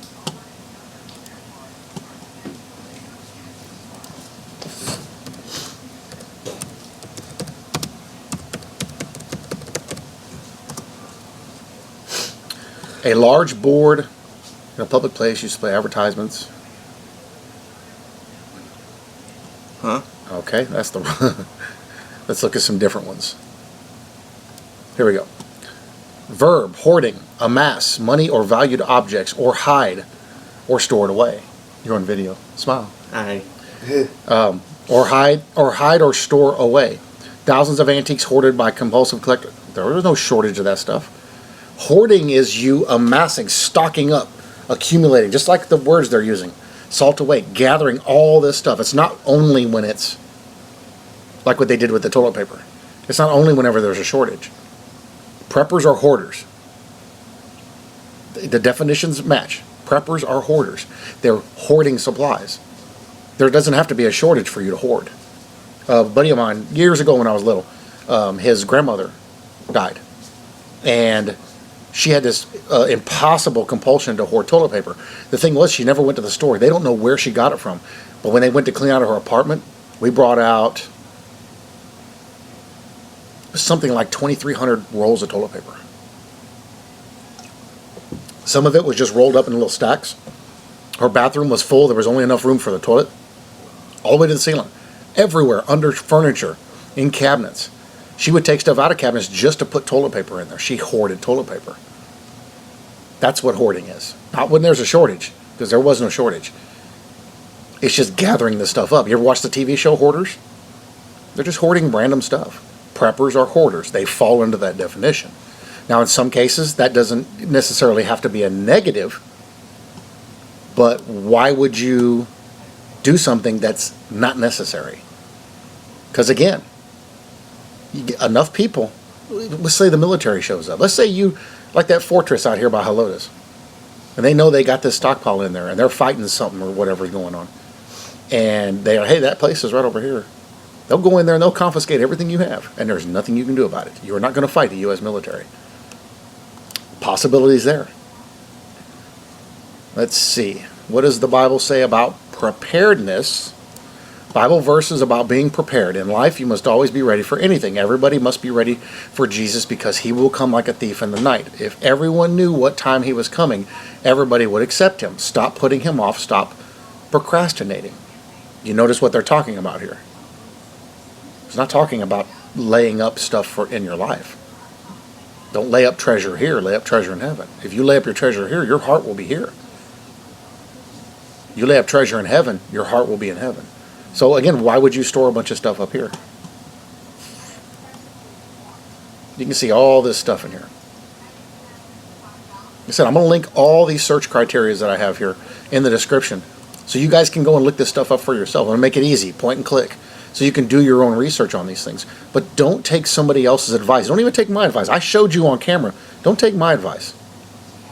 Take somebody, go and do your own research. Believe your research. See it with your own eyes. Go online and order one MRE. Then go online and order one little tiny food kit. Compare them together.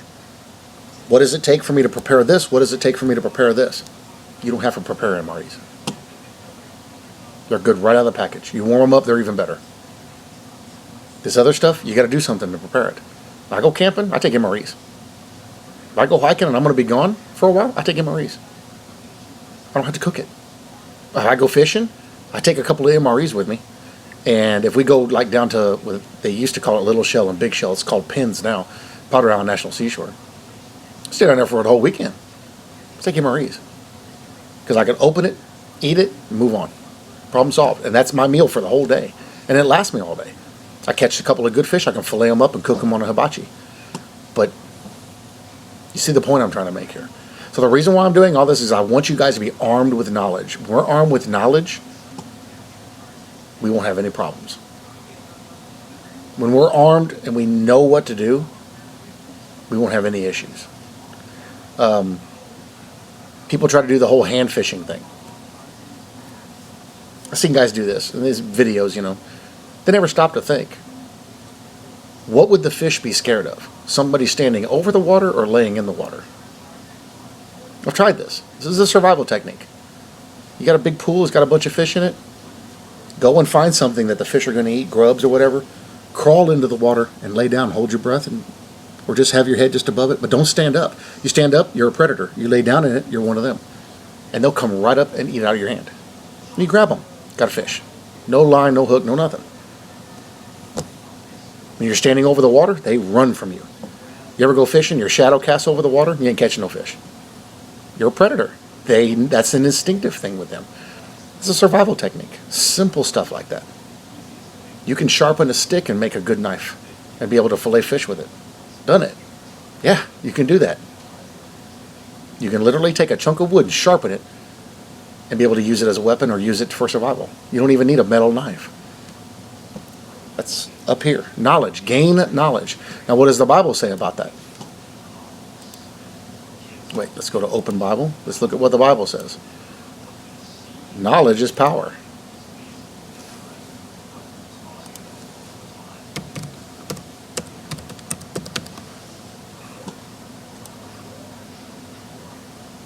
Proverbs 18:15, an intelligent heart acquires knowledge, and the ear of the wise seeks knowledge. Proverbs 1:7, the fear of the Lord is the beginning of knowledge. Fools despise wisdom and instruction. There are people watching this video, this whole video series, that are going to scoff at it. They probably got a house full of stuff. But if you prepare instead of prep, you'll be okay. The people of old, whenever they used to can their own food, did they fill every available spot with canned food or the jars of food? No. They had shelves for that stuff down in the basement. And that's where it went, or in the pantry. And it was enough to get them through the winter. And they always cycled it out. Because they would gather when the weather was nice, and that way in the wintertime they didn't have to. And they had that food prepared to set back. They prepared, not prepped. So if you're prepping for the next 5 years, you're making a mistake. Prepare for 3 months, 6 months. That's all you need. Because the chances are very high you're not going to have to be able to stay in place anyway. And you want to be able to haul everything with you. You can haul 3 months worth of food for 4 people in the form of MREs with you. Toss them in the back of the truck, keep on going. No special storage, no nothing required. I'm eating an MRE. I ate one yesterday, I'm eating another one today. That sat in my yard for 5.5 years. In my yard. Hot, cold, rain, everything. Nothing. They're perfect.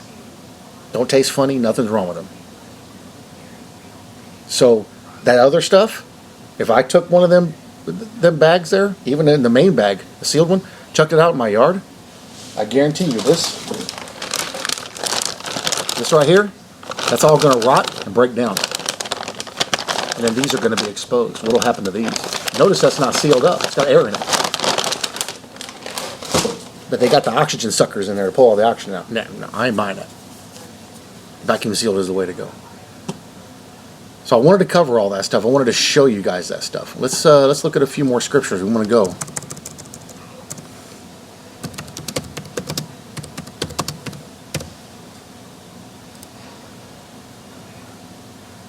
Ooh, topic doesn't exist. I love it when I create a new topic.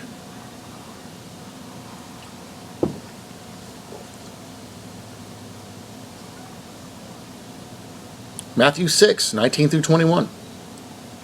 This is one a lot of people like to quote. Do not lay up for yourselves treasures on earth. Now these are people that use this one are on the other side of the aisle. No, you shouldn't put anything back. I believe you need to be prepared for 3 months. Everybody in your house for 3 months. Do not lay up for yourselves treasures on earth, where moth and rust destroy, and where thieves break in and steal.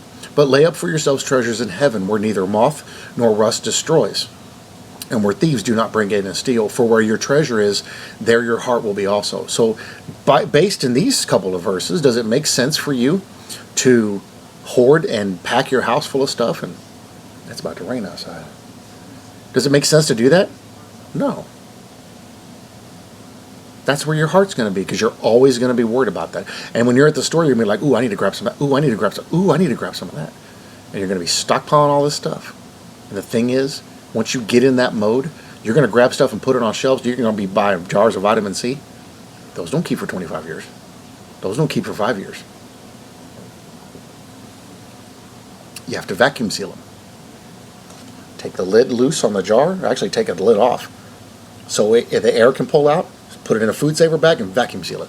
Sucks the air out of the whole thing, but the jar protects the pills.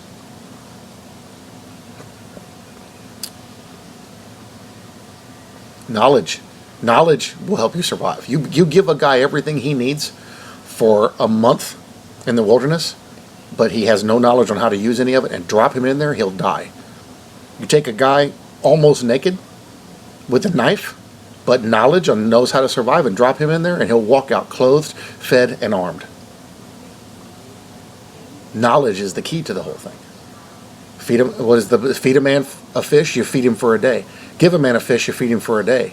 Teach him to fish, you feed him for a lifetime. Knowledge is power. So any of the stuff that we save up, that's great. That'll help out. If we are raptured, it'll help whoever's left behind. If it survives the destruction running rampant around. But if you do too much, that's where your heart's going to be. You're going to be focused on that. You're going to be caught up in that. Now, again, let me reiterate. I am not telling anybody not to prep. I'm arming you with the knowledge and understanding that comes from Scripture, that comes from the Bible, on how we should do these things. I love this one here in Luke 12:33. Sell your possessions and give to the needy. Provide yourselves with money bags that do not grow old, with a treasure in the heavens that does not fail, or no thief approaches and no moth destroys. Should we be preppers? No. Not as Christians. Because in a way that does show a lack of faith in the Lord. Because if you're sitting there going, well, I believe in a pre-trib rapture, but just in case, I'm prepping. Well, then you don't believe in a pre-trib rapture. Because if you believe in a pre-trib rapture, you know you don't need to save any of that stuff up. Just saying. Just saying, guys. 1 Timothy 6:10, love of money is a root of all kinds of evil. Listen, it's not the money to focus on, it's where it leads you. It's the root of all kinds of evil. So that the root is money, what grows from that in the tree? All the branches that go out into it. Prepping is one of them. Because you go and try to make more money to prep more. It is through this craving that some have wandered away from the faith and pierced themselves with many pangs. Does it drive you crazy trying to prep? You can't prep enough. I can't get enough stuff. This feeling is driving me nuts. Yeah. That's Satan doing that to you, not God. God doesn't give you bad things. Are you working more hours? Are you working overtime to buy more stuff?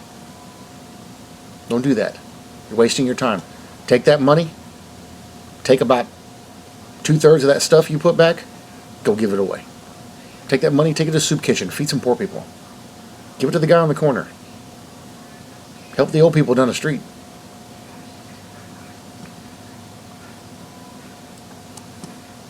What goes along with that?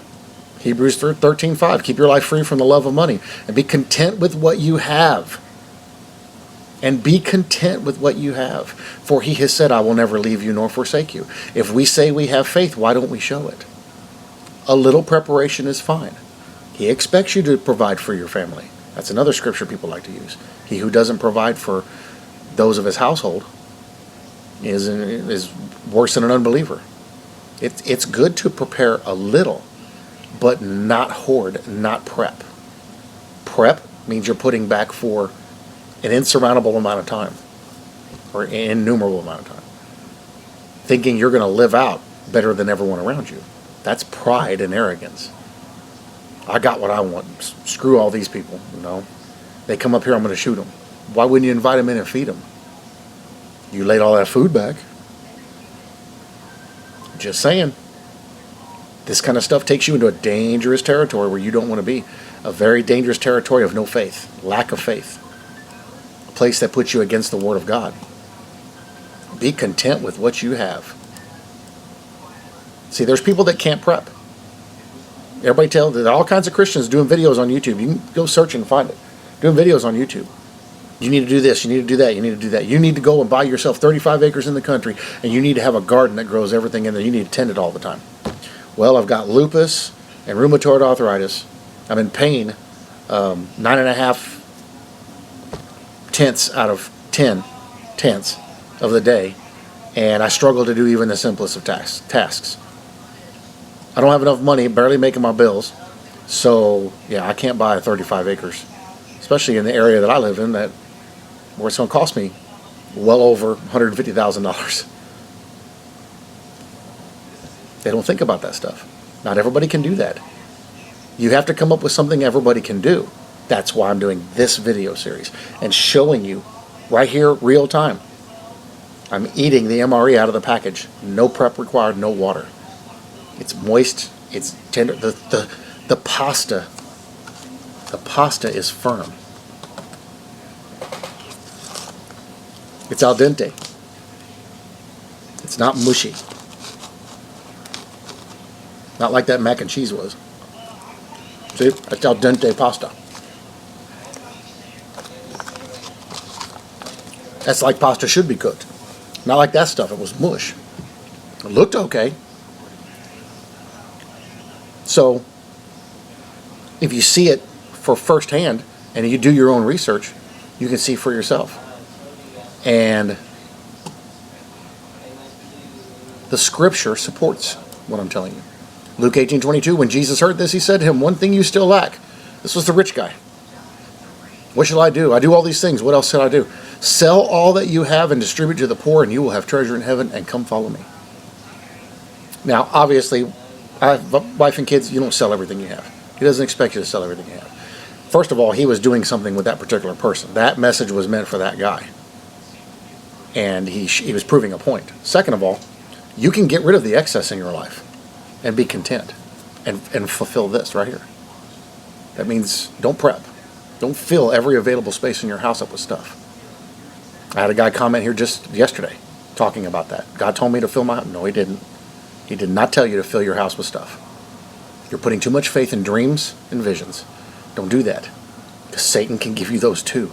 And he is having a field day with Christians right now. So on and on, you can see this. I'll link this in the description. You can look at these scriptures for yourself.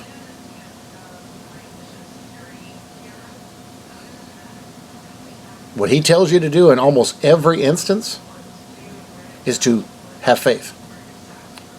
Philippians 4:19. And my God will supply every need of yours according to his riches and glory in Christ Jesus. Why would we prep when we know God's going to provide for us? He will make sure we have what we need. He doesn't want us to be stupid. Obviously, normal people who have a mortgage or whatever, they put back about 3 months worth of bills in case something happens. In case they get injured or get out of work, their bills are taken care of. But not hoarding 25 years worth of food. That doesn't make sense. Not covering 2 walls in your garage with food buckets that aren't going to be there in 25 years in the first place. Do your own research on that. You'll see what I'm talking about. Watch the videos I'm going to link you to. You'll see what I'm talking about. So over and over, you see all these things showing you. Rely on God. Don't rely on what you think is right. Go to the scriptures. This will be linked in there. You can look at these scriptures yourself. I'm going to link all this stuff in there so y'all can go and look at it for yourself. Especially this one here. This one, even though I disagree with a couple of things, this one is actually good because it makes a lot of really good points for and against. And I don't even think he even realized how much of it would be against. Wait a minute. He's using the 10 virgins one. Anyway. So do your own research, guys. Do your own research. Look for yourselves. See what these things contain. See what's the proper way to do this. And make decisions accordingly. You always go to the Lord in prayer. But don't go off what one person tells you. Look at the information. I've got 1, 2, 3, 4, 5, 6, 7, 8, 9, 10 tabs open researching. And I've opened several links in some of these tabs. And scripture.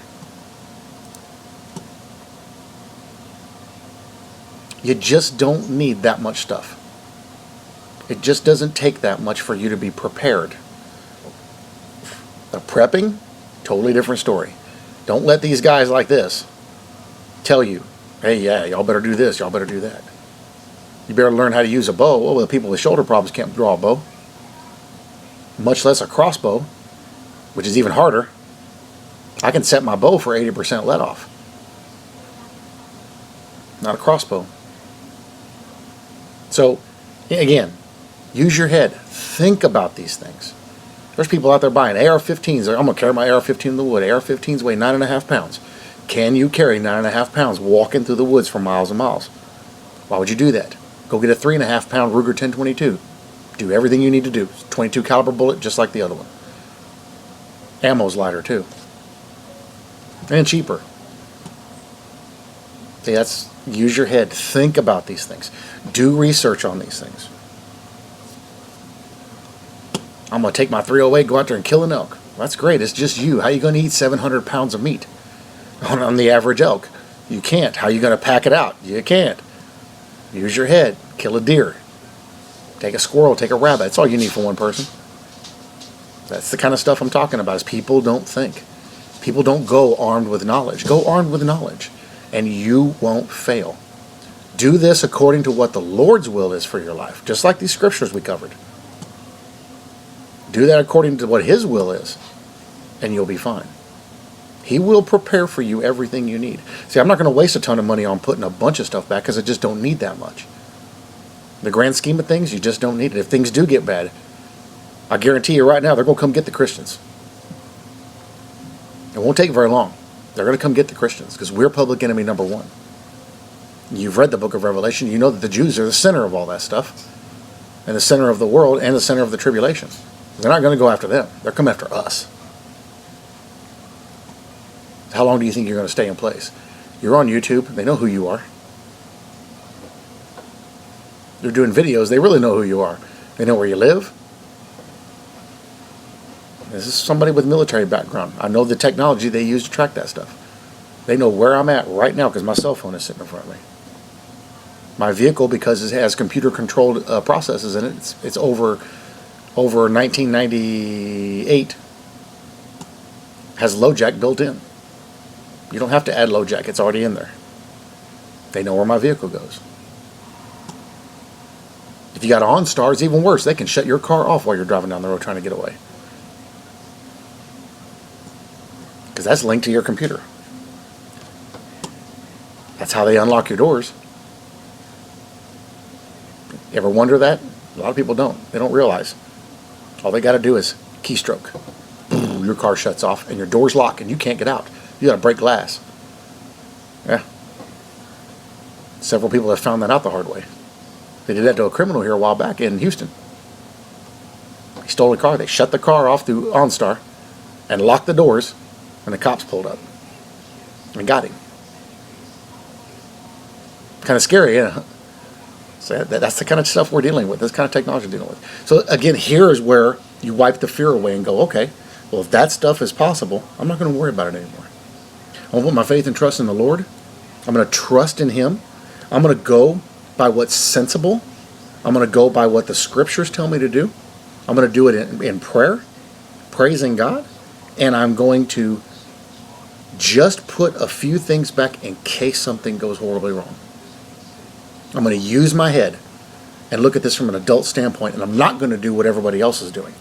I'm going to do my own research and do it according to what's right, because it's not right to lay back that much food and then say, well, I'm not going to give my neighbors anything. I'm not going to help people out there. I'm only going to take care of mine. That's not fair, and that's not right, and that's not what we're called to do. So, like I said, do your own research. All right, thank you for watching this video series. I hope this helped you. Again, I'm not picking on any one company.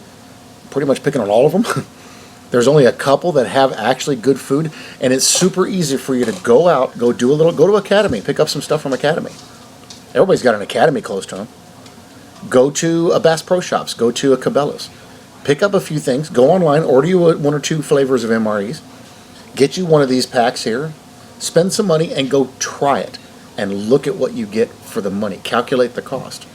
You'll find that for your money, regular military MREs are the way to go. And you just don't need that many of them. Another thing to remember, that in a standard situation, every person needs a gallon of water. And if you're, maybe a little less. And if you're doing strenuous and sweating, you're going to need 2 gallons. How many people have put that much water back for their family? How are you going to bathe?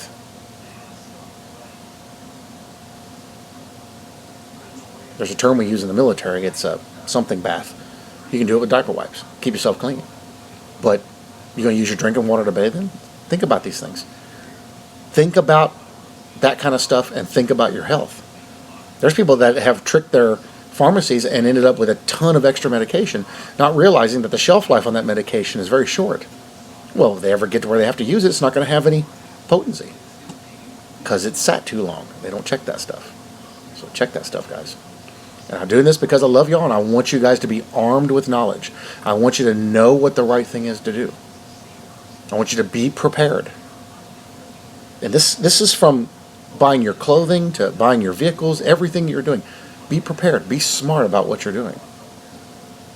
And realize putting back 5, 10, 25 years worth of food is a waste of time. Total waste of time. Listen, if you get into a situation where you're going to have to spend 25 years in one spot surviving, that's a pretty bad situation. And things are going to get really bad really quick before that ever happens. I mean, I understand that it's there if I need it stored for 25 years. But here's a really interesting concept that I don't think anybody's contemplated. What if I put back 25 years worth of food? And 25 years from now, everything falls apart. And that food's at the end of its shelf life. That means I got to eat all that food in order to get my money back. What if we go past 25 years? Do I take that $10,000 of stuff that I bought and throw it in the trash or in the street or dump it on the ground and go buy 10,000 more? Or after 25 years inflation, it'll be 25,000, maybe 30.